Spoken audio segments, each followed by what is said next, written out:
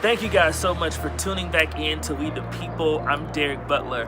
On today's episode, I sit down with my cousin, Ferrell Fellows. Ever since I was younger, she has always been an inspiration to me. And after reading her book, Memoirs of a Dreamer, I was just that more motivated and inspired to get out there and truly follow my dreams. And I hope that you are inspired by her story and this interview. Let's listen in.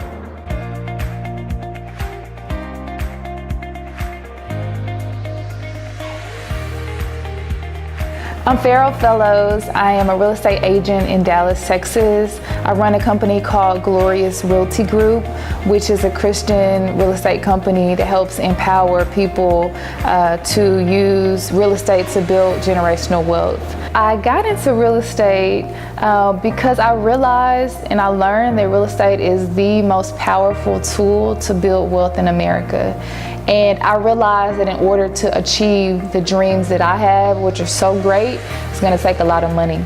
And so for me, real estate was a tool to be able to build wealth, to be able to finance my other dreams, which are writing and screenwriting and the other companies that my husband and I run together. But along the journey of real estate, I realized how many people that look like me who know nothing about the real estate industry and are ill-equipped to be able to take advantage of the benefits that are available to them. I love to teach people about investing and about using their credit to be able to build wealth for themselves and their families, and to be able to take money out of the real estate market to be able to open businesses and pay for college and to finance their dreams. I want everybody to be able to take advantage of the wealth that's available to them, and real estate is pretty much the easiest way for anybody to access the capital they need. I wrote this book, Memoirs of a Dreamer, when I was 21 years old, after I had done everything right, so to speak. I'd gone to college, graduated with a 4.0. I left college to go work for Fortune 500 company, and I was extremely successful. Had a corporate expense account. I was rated in the top 10% of my company in terms of my performance, and I was able to travel the world, but I wasn't living up to my full potential in life. And so I wrote this book as I journeyed to discover my purpose, which is many things, but a large part of my purpose is to be a writer and to use my gifts to influence the culture towards discovering their gifts. And so what I learned in that journey is that being a dreamer requires everything in you, complete discipline. It requires absolute faith. It requires tenacity and the ability to overcome your fears. And I wrote my story so that other people who were searching for their purpose would have a guide that they could follow to be able to help them along the journey of their own purpose and dreams. Well, I was reading from this chapter that I wrote called Sleepwalking. And it was when I was 23 years old and I was working in what people would think would be a dream career.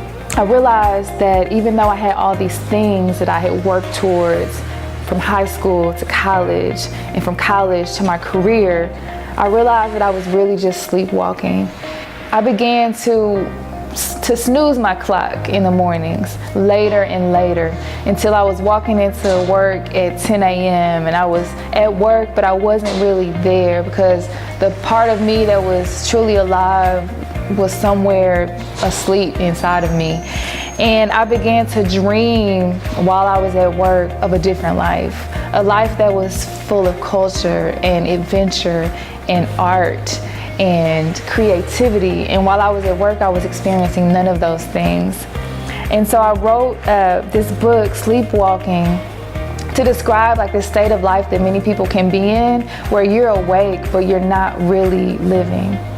And somewhere along that journey, I began to ask myself, what would you do if you were a kid? You know, back when you were a kid, what would you do when you were 10 years old and you didn't have any responsibilities? What were those things that you said you wanted to do with your life? And I began to ask myself, what would you do if you didn't have to pay any of these bills, if money wasn't a factor in your life? And I just began to dream up all these possibilities. And I united with 3 of my coworkers, and we agreed that we were going to take this leap of faith together. And we formed a pact, and we quit our jobs, and we left everything that we had worked for together. And we said if we do it together as a sisterhood, we'll support each other in every way, and we'll encourage each other, and we'll support each other financially. And we moved away from where we were living in Cincinnati, Ohio. We all sold our cars, our homes. Some people even sold the pillows and the mattresses and the sheets on their bed. And we took all that money and we moved to Atlanta, Georgia to start a business called Fab Inc. When we first got to Atlanta, we were 4 girls who were used to like this lavish lifestyle where we could afford to do whatever we wanted. And unfortunately, we could not afford to live that type of lifestyle in Atlanta. But we were blessed to find this home that was this creative hub that we decorated it, and we put an office there. And every morning we decided to have creative meetings where we would wake up and we would inspire each other, and we would come up with our plan for the day.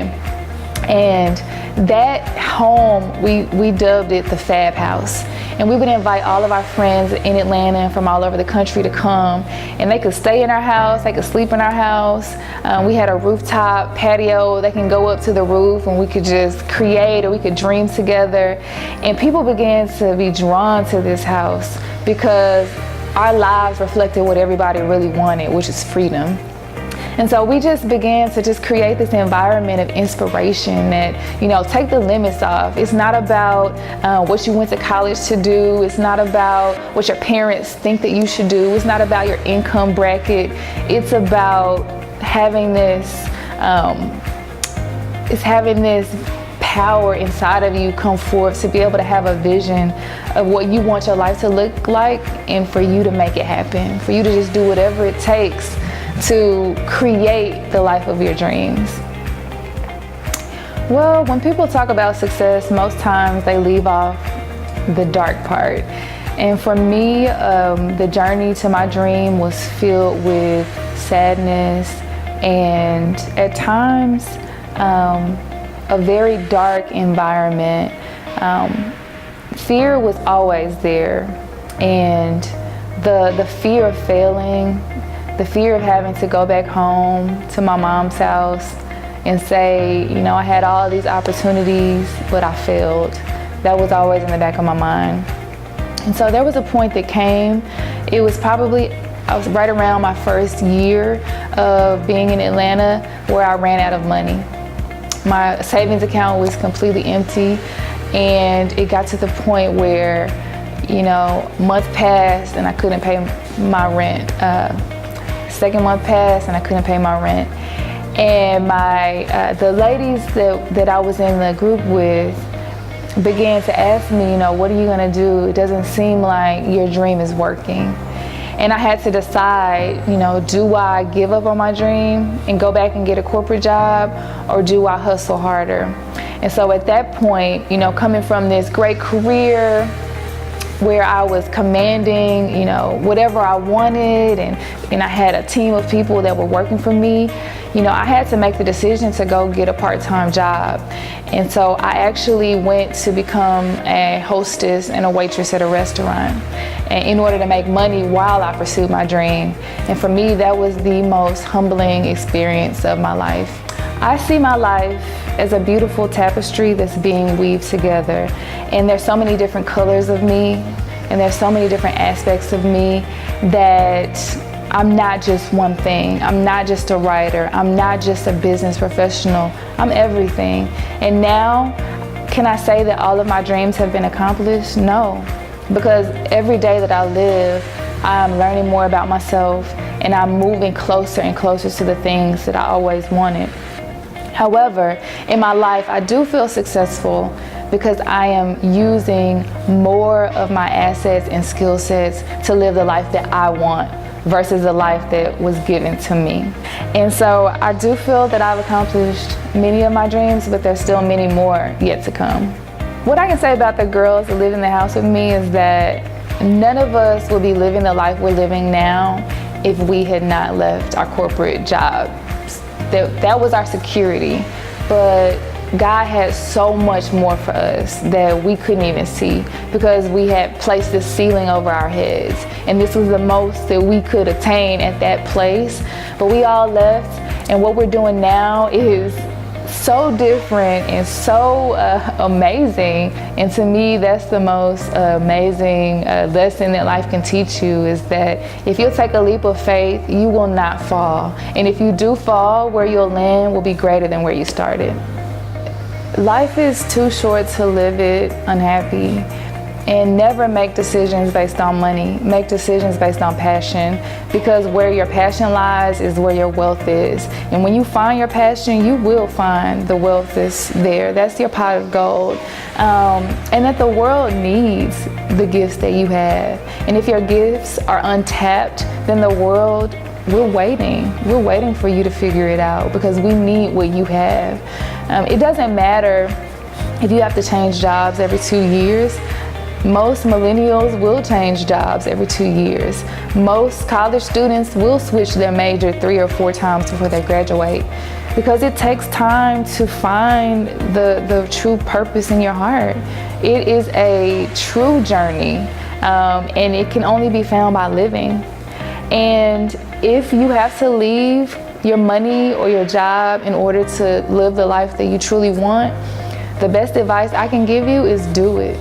You will not regret it, and it will be worth everything that you have to give up, because the life you find will be everything you always wanted. And it may be hard, and there will be people who look at you and say, you're crazy. Like, you gave up what? You did what? But in a few years, give it 5 years, those same people will be applauding you, and they'll be wanting to read your story and read your book about how you did it. There are moments, I've had dreams about my life back in Cincinnati when I worked in my corporate job. And those dreams honestly were always nightmares, because I couldn't imagine going back to live that life now that I know what I know now. Wow, like amazing, right? Quitting your job, following your dreams, and being determined to be happy in life. I think that's something that we all can learn from, especially people in their little quarter life crisis moments, right? Like 25, 26, 27. We always find those moments where we're wanting to redefine what we're doing, trying to find our purpose, our passion, and be happy. And I hope that this interview kind of helps you in giving you some direction in following your dreams. Make sure that you follow us on our social media sites, Facebook, Twitter, Instagram, at Be Hopeful People, and check out our website at BeHopefulPeople.com. Thank you so much, and always remember, be hopeful, people. Peace.